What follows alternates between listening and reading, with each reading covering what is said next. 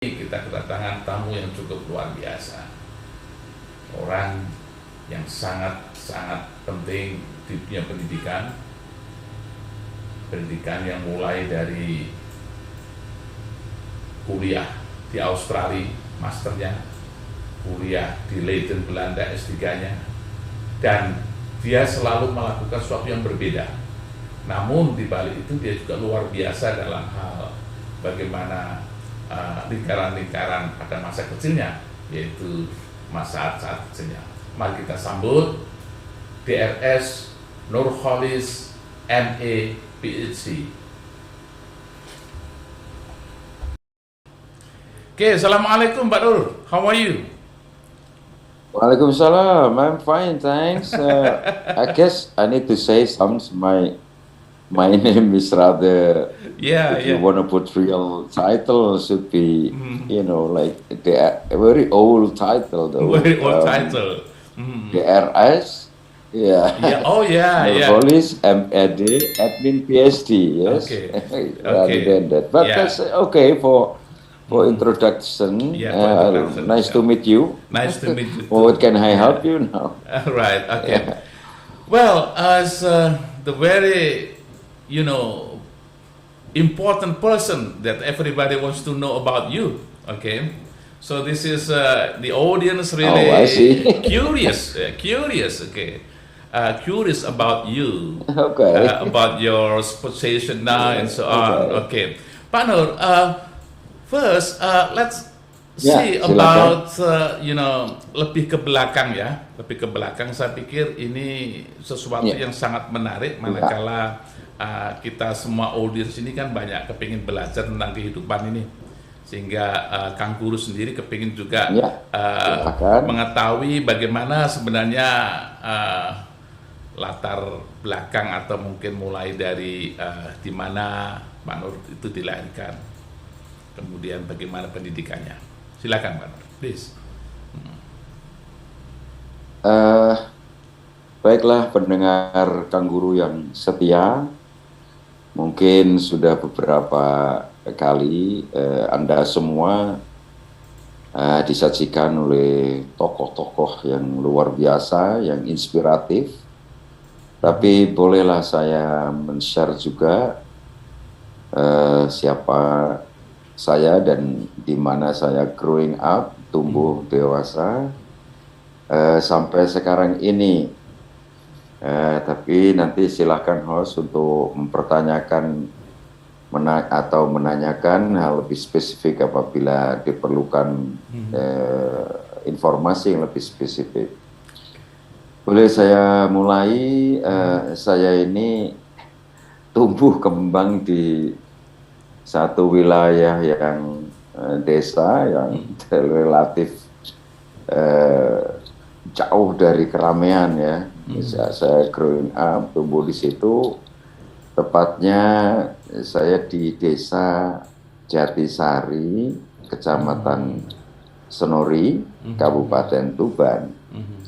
Mungkin para audiens kenal atau ketika mendengar nama desa itu, karena sebenarnya di sanalah ada tokoh, ada ulama yang sangat besar, alim, yaitu Kiai Haji Abdul Fadl As-Senori, yang beliau juga mengarang banyak kitab-kitab. Senori itu banyak kitab, yang kitabnya tidak hanya dipakai di Indonesia, tetapi juga di luar negeri, di Saudi Arabia misalnya. Nah, saya tumbuh di situ, tapi itu pada saat itu memang sangat remote ya, jauh area dari keramaian. Ya, tapi kan pesantren Pak Nur kan, di lingkaran pesantren itu dengan grown up ya. Nah, saya ini kan mau nyantri seperti saudara-saudara saya di daerah maupun di tempat lain, dan teman-teman saya sekarang yang selalu mengaku berafiliasi ya dengan pesantren besar-besar gitu seperti di Jombang dan lain sebagainya. Tapi saya sendiri kalau disebut santri lalu ditanya anggota agak ribet karena saya kalong. santrinya kalong. Usia MI misalnya ketika saya masih belajar di Madrasah Ibtidaiyah, selevel SD, saya suka menempati salah satu pesantren kecil juga yang diasuh oleh Kiai Haji Abdul Ghafur misalnya. Terus sambil di situ saya mengaji kitab-kitab dasar ya kayak Jurumiyah, kayak Fikih Takrib, Fathul Qorib begitu, itu untuk waktu MI, waktu Madrasah Ibtidaiyah. Tapi memang saya di Madrasah Ibtidaiyah itu sangat highly connected ya, kurikulum di madrasah saya dengan yang ada di semua pesantren. Nah, lalu pesantren yang ada di sekitar saya, rumah saya tinggal pada waktu itu ada paling tidak 4 pesantren. Wow. Nah, terus saya growing up, gitu Pak, gitu Saudara Pak Tarom ya. Yeah, unbelievable. 4 pesantren surrounding yours ya, unbelievable. Yeah. Yes, I think pesantren surrounding me, that's include saya sekolah ya di madrasah itu, nggak pernah di SD atau di SMP ya. Jadi itu kurikulumnya connected sosial. Lalu kalau boleh saya lanjut? Iya tentu. Oke. Kan baru elementary lalu itu, saya waktu sana, ya that was elementary ya, itu waktu elementary saya sudah tinggal dengan beberapa santri di pesantren terdekat, karena itu memang dekat dari rumah banget itu ya, sekitar itu jaraknya nggak sampai di 5 meter karena dapurnya pesantren yang satu saya sempat di Matom itu perbatasan dengan tanah orang tua saya dan rumah saya gitu. Nah yang kemudian saya MTS, lalu lulus MI gitu, lalu saya masuk di Madrasah Tsanawiyah di sekolah di tempat yang sama. Itu saya mondar-mandir ngalong lagi di pesantren sebelahnya. Ya, pesantren di depan pesantrennya Abdul Ghafur itu ada pesantren lagi namanya Al Hidayah. Nah di situ saya Tsanawiyah di sana. Itu ada karena beliaunya Wafadol, Abdul Fadol itu putranya saya yang mengampu di situ, sehingga saya waktu Tsanawiyah pindah di situ, nggak tahu berapa, 1 tahun setengah saya godak, istilahnya godaan itu godaan di kamarnya beberapa santri dan kalong, karena kan memang rumah saya dekat, jadi hanya pagi di rumah bantu orang tua dan sekolah, sudah itu mari saya harus ke tempat itu ketemu teman-teman juga mengaji. Ingat saya sudah sampai di sana yaitu ada Fathul Mu'in tentang fikih ya, itu Fathul Mu'in dengan Gus Muayyad pada waktu itu. Tapi kalong itu maknanya gini ya. Jadi kalong itu maknanya kalau malam nanti pulang, kalau siang sekolah begitu. Itu kebalikannya. Itu kebalikan. Iya betul. Oke. Hidupnya kalong itu, karena hidupnya kalong itu kan malam hari. Jadi kita pindah dari seharian itu kerja dan sekolah bantu orang tua di rumah. Lalu kan kita hidup di pesantrennya malam itu, jadi disebut santri kalong. Kalau kalong yang kalong, kalau kalong yang kalong kan dia memang tidurnya itu siang hari, tapi kami tidak, kami paginya sekolah dan bantu-bantu orang tua, malamnya ngalong hidup lagi di pesantren. Right. Oke. Jadi pindah ke MTS yang sebelahnya ya. Jadi bukan Yai Ghafur lagi, tapi ke keluarga Pak Yai Fadol ya. Putranya. Jadi yang tadi yang satunya tadi itu ngalong di pesantren yang itu diasuh oleh salah satu putuanya Yai Abdul Fadol tadi begitu. Ya. Dari MTS terus gimana? Ini. Nah, selalu MTS selesai, tapi itu begini, MTS itu memang mondar-mandir di pesantren yang Yai Abdul Ghafur dengan Yai Muayyad dari Gus Muayyad. Itu kenapa? Karena berhadapan saja, dipisah satu jalan. Nah, terus selesai kebanyakan itu MTS sama Ibtidaiyah di 2 tempat itu. Terus yang Alia, saya agak menjauh dikit, meskipun itu jauh dalam konteks ya hanya 2 500 meter saja dari rumah. Oke. Karena yang satunya kurang dari yang dua tadi kurang dari 100 meter gitu. Tapi di saat itu kan alam masih gelap, masih belum beraliran listrik dan masih jalan belum aspal, jadi harus jalan kaki.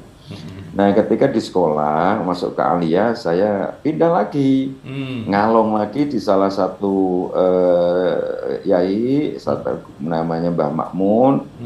Itu pas di pusat depan makam ini ya, makam umum ya. Itu makam umum Jatisari, desanya tetap Jatisari, dan itu Mbah Makmun, yang beliau juga almarhum semua sekarang. Nah, di situ saya hampir 2 tahun menempati gotaan ngalong di situ juga, karena beliau itu pesantren kecil dan itu jumlah tidak terlalu banyak, hanya 6 kotak ya, 6 kamar, masing-masing 1 gitu, kayak sebenarnya itu lebih mau eksklusif, tetapi kan bentuk langgar yang itu kayu masih di atas begitu, masing-masing orang 1 kamar hanya 1. Nah, itu saya di situ Alia. Nah, di saat itu di Mbah Mamun. Salah satu di antara masa aliyah itu saya sambil mundar-mandir di Darut Tauhid pesantrennya Mbah Abdul Fadl Utama tadi. Karena itu juga tinggal pindah ini saja, pindah lewat belakang situ dekat. Saya di sana juga tinggal di situ sama putranya. Yang guru saya waktu di aliyah juga.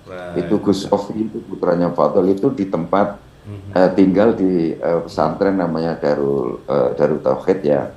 Itu pesantrennya Mbah Fadl yang memang hanya 9 kalau tidak salah, atau sampai 11 kamar juga. Itu diisi oleh banyak orang Cirebon, orang Jawa Barat di situ. Jadi saya mondar-mandir di situ, dan itu kenapa ke Mbah Makmun, karena sudah aliyah ya, barangkali untuk kitab pengetahuan dasar itu sudah habis di Sanawiyah gitu, bahasa Arab misalnya itu Jurumiyah, Alfiyah, Nahu Sorof itu sudah selesai di situ, maka aliyahnya sudah harus belajar ilmu aplikatif.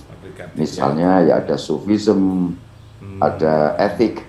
Kalau fikihnya sudah agak tinggi lagi, itu nahwunya saja, bahasa language Arabic structure-nya itu bahasa Arabnya sudah ke Ibnu Aqil, bukan lagi Alfiyah. Alfiyah sudah selesai di Sanawiyah. Nah, di saat mondok di situ, itu saya suka mengajinya itu ilmu tasawuf.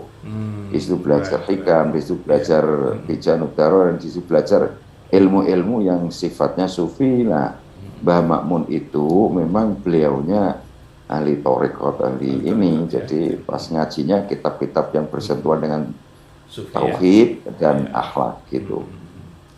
Mbah Makmun ini kan bukan Mbah Makmun yang mana? Yang Sarangan tah? Bukan dah? Ini bukan. Kan khusus Mbah Makmun. Mbah Makmun itu iparnya Mbah Abdul Fadl. Mbah Fadl ya, itu adik ipar nomor beliau semua kan. Mbah Fadl juga ada dari Jawa Tengah ya. Nah, sedangkan Mbah Yai Maimun Zubair itu kan di Sarang, di Kabupaten Rembang. Meskipun, nah ini ada lagi Mbah Maimun, Mbah Maimun Zubair itu punya putra namanya Gus Ubab.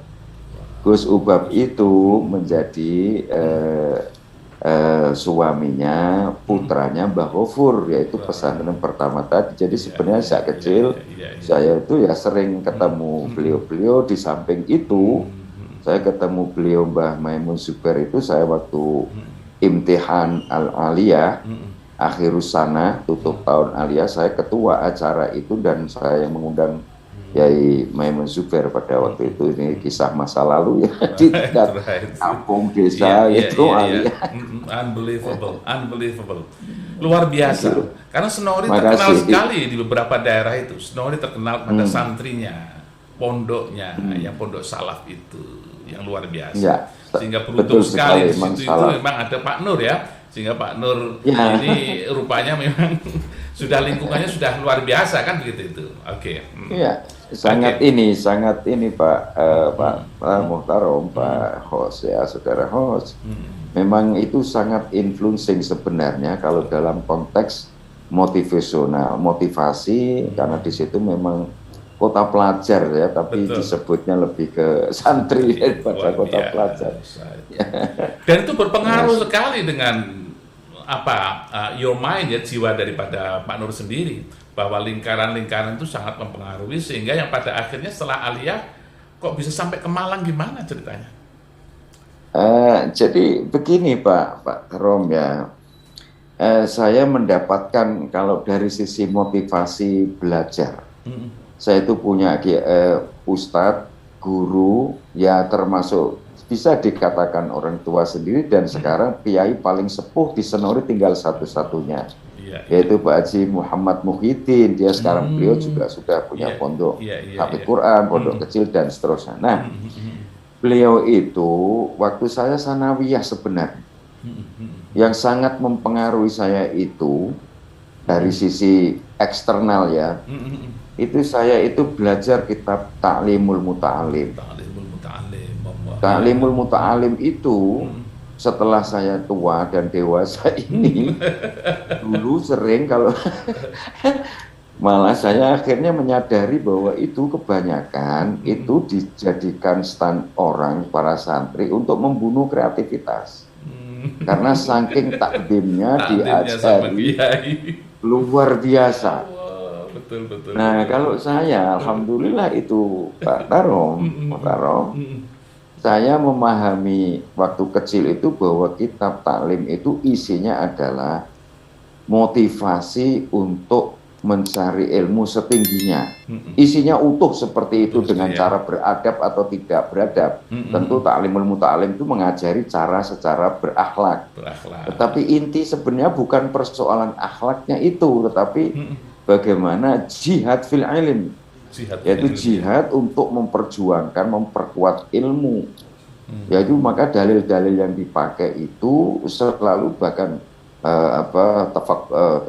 fikru sa'an, berpikir sesaat itu lebih min afdoli ibadati sunnah, misalnya lebih banyak 1000 kali sholat sunnah misalnya. Jadi motivasinya lebih sebenarnya ke belajar. Nah, orang teman-teman itu ya untuk jihad fi ilmillah, untuk jihad fi ilmillah ala sabilillah. Itu mungkin kalau di Arabkan itu jihad ilmu tapi di jalan Allah. Gitu. Itu taklim.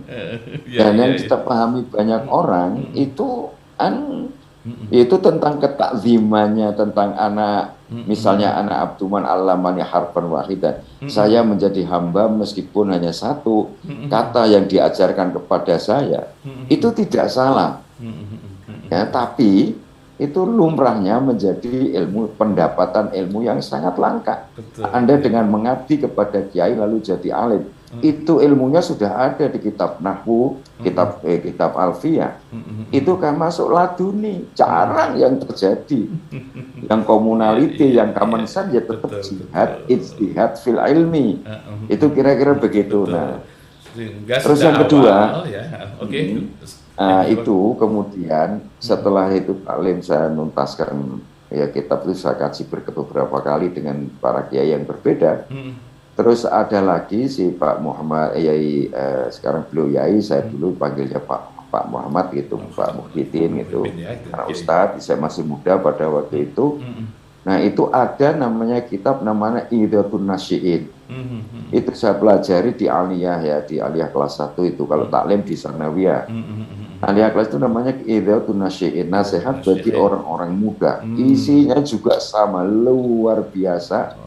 Bagaimana mendevelop, mendongkrak orang itu lower achiever bahkan, itu sangat menjadi luar biasa. Nah, di situ banyak cerita tentang bagaimana, ya termasuk jihad fil ilmi, menusuri ilmu, juga termasuk bagaimana menyiapkan generasi bangsa untuk adaptif ke depannya. Itu kitab itu namanya Idhatun Nasyi'in, nasihat bagi orang-orang muda. Nah, di situ saya terprovokasi lagi. Maka ini inti tadi pertanyaan saudara host ya. Dari situ saya lalu meng-aside everything except knowledge. Karena memang orang yang punya ilmu itu yarfa'illahu alladziina aamanu minkum walladziina utul ilma darajat. Karena di situ message orang yang diberi ilmu insya Allah akan ditingkatkan derajatnya sekian kali lipat dari yang tidak. Saya kemakanlah itu menjadi jiwa pembakar tolabul ilmi dan jihad fil ilmi tadi, maka saya kesampingkan yang namanya money, yang namanya work, yang namanya that's for nothing.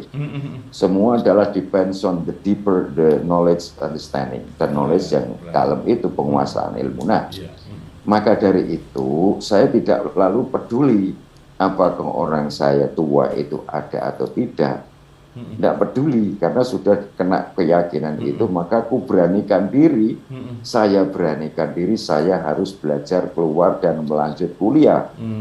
Akhirnya saya kuliah di Malang, di mana pada saat itu orang anak-anak teman-teman atau senior sedikit saya yang sudah kuliah dapat dipastikan they are middle and above level economic background. Mereka saya pastikan punya ekonomi yang kuat, menengah minimal. Anggap saja lah contoh orang desa sawah 10 hektar ke atas. Misalnya begitu.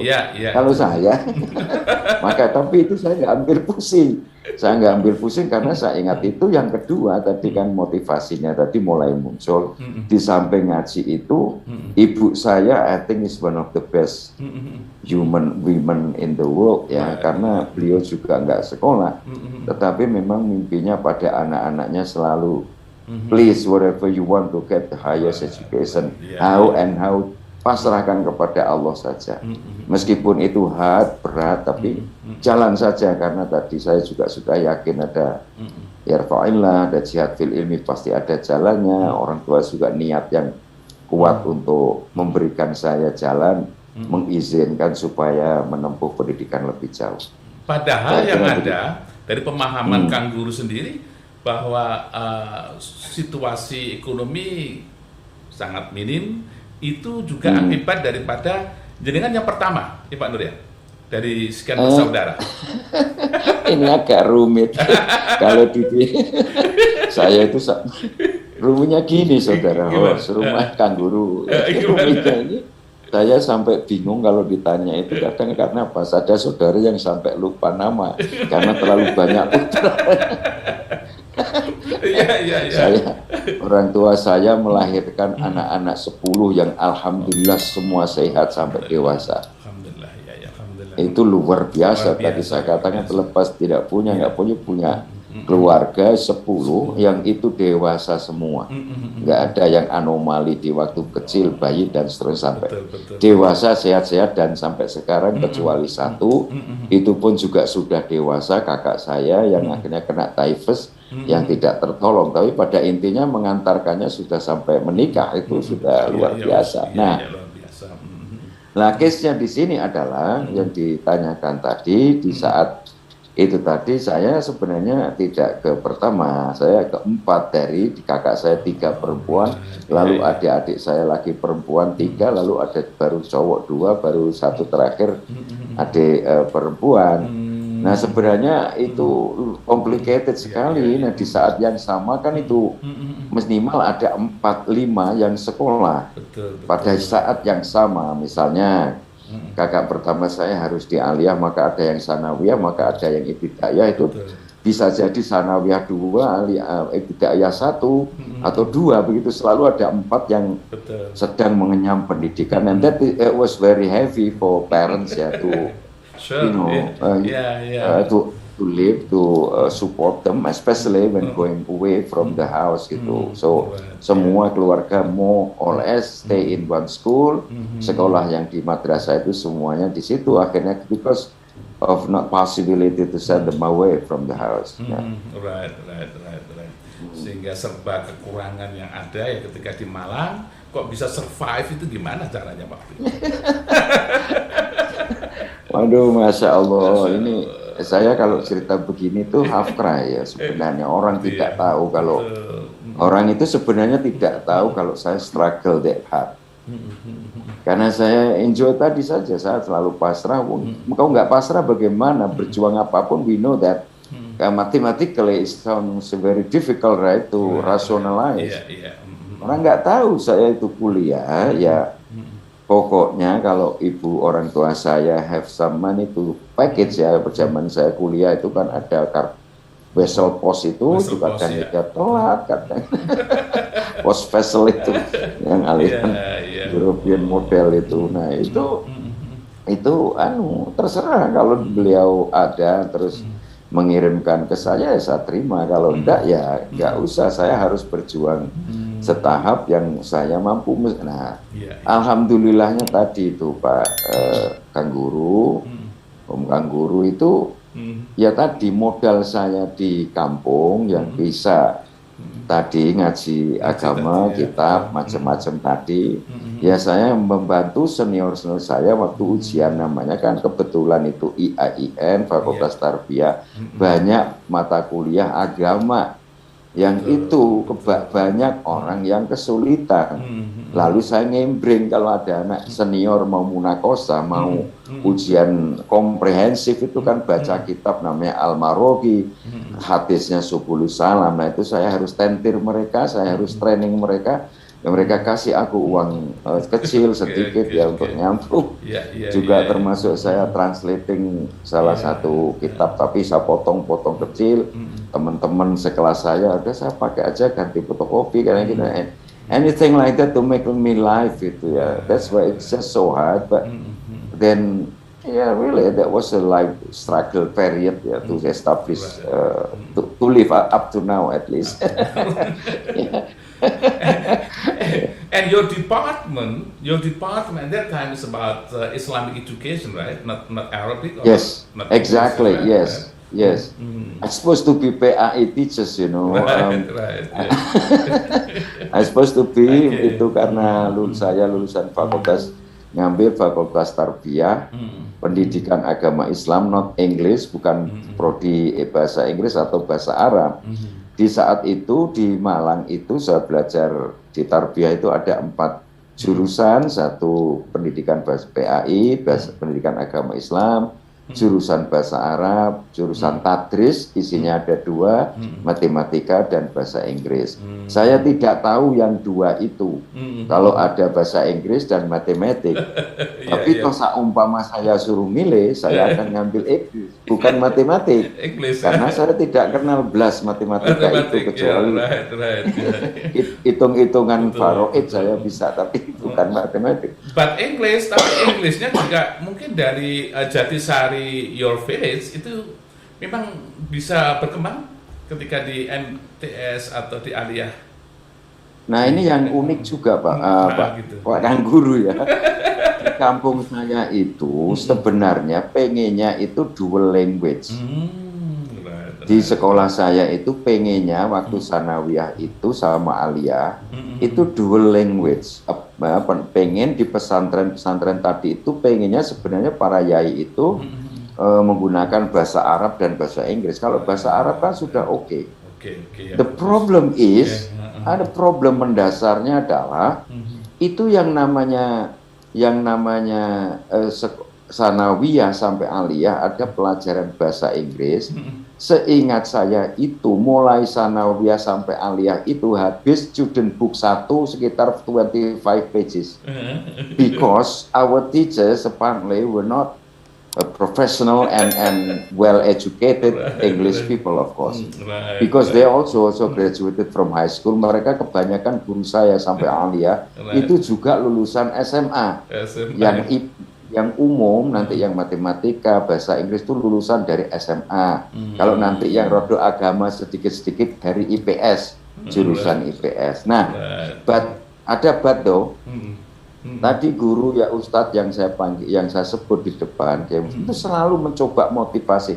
If not Arabic, please use al-Injiliziyah, for example ya. Maka lebih Arabia atau Injiliziyah.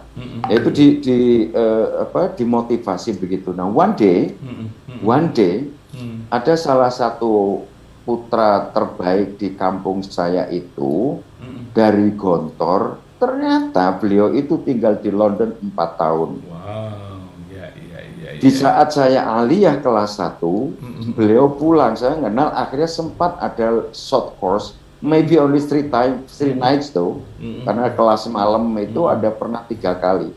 Tetapi saya memang tertarik. Nah ini nanti saya akan cerita yang lebih spesifik lagi.